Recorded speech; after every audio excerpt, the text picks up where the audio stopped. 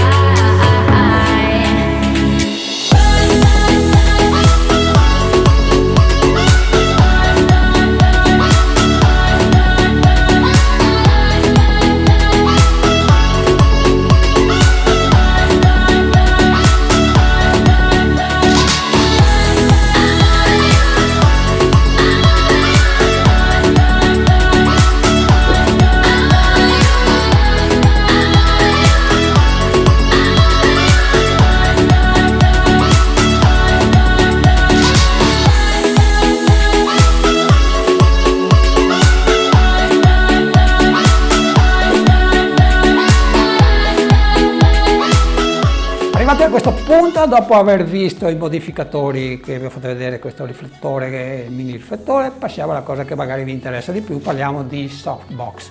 Allora, quello che ho tra le mie mani è quello che state vedendo nel video, è da 65 cm. Esiste anche una misura più grande, più ampia, da 85.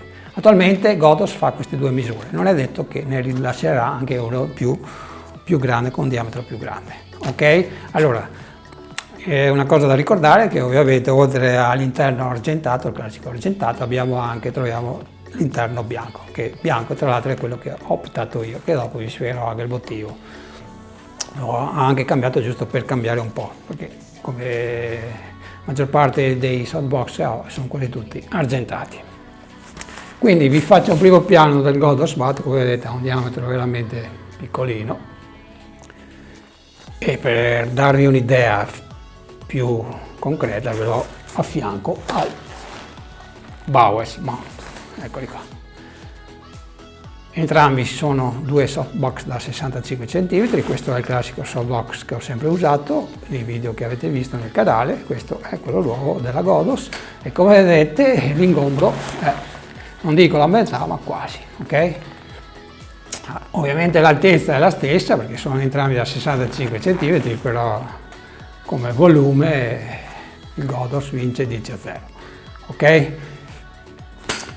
Come costruzione, ok, entrambi sono costruiti veramente bene, ricordo che questo pesa 1,150 kg, qui abbiamo 900 grammi, quindi la differenza è abbastanza notevole. Quindi cosa dobbiamo fare a questo punto? Per darvi un'idea migliore, lo agganciamo alla nostra D300, anzi ve lo aggancio davanti, così, tac, come vedete l'aggancio a baionetta, molto veloce e rapido. Okay? Abbiamo aperto la DS65V da 65 cm, interno bianco, c'è anche in argento ovviamente e anche da 85 cm.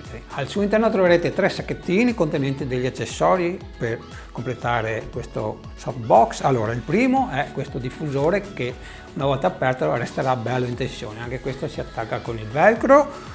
Ovviamente troveremo il telo diffusore, quello che va all'estremità del nostro softbox, e ci danno anche una bella griglia per direzionare meglio la luce.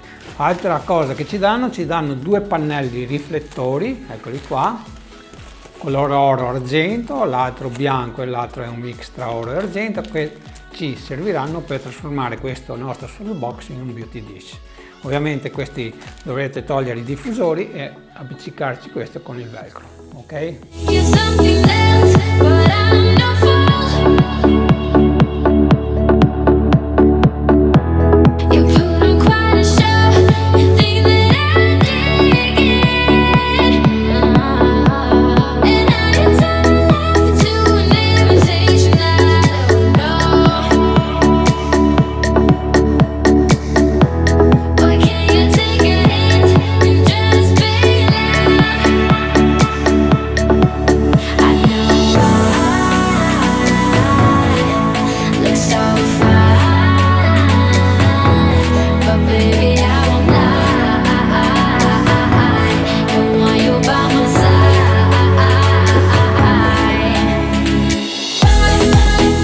Bene ragazzi, allora siamo giunti al termine del video, spero che tra l'altro vi sia piaciuto e vi sia trovato utile. Allora, prima di congedarmi da voi volevo aggiungere due cose, che ho altri prodotti da farvi vedere velocemente. Ovviamente non poteva mancare lo snoot e ovviamente c'è anche il B10 Bar Door Kit, eccolo qua, è quello che ho tra le mie mani. Queste avete direzionali per la luce e un porta gel e porta grill, molto interessante, ok? Allora, tutti i link ai prodotti che avete visto ve li lascio in descrizione, non mi resta che salutarvi e darci appuntamento alla prossima settimana con un nuovo video. Saluto a tutti da Andrea e ciao e alla prossima!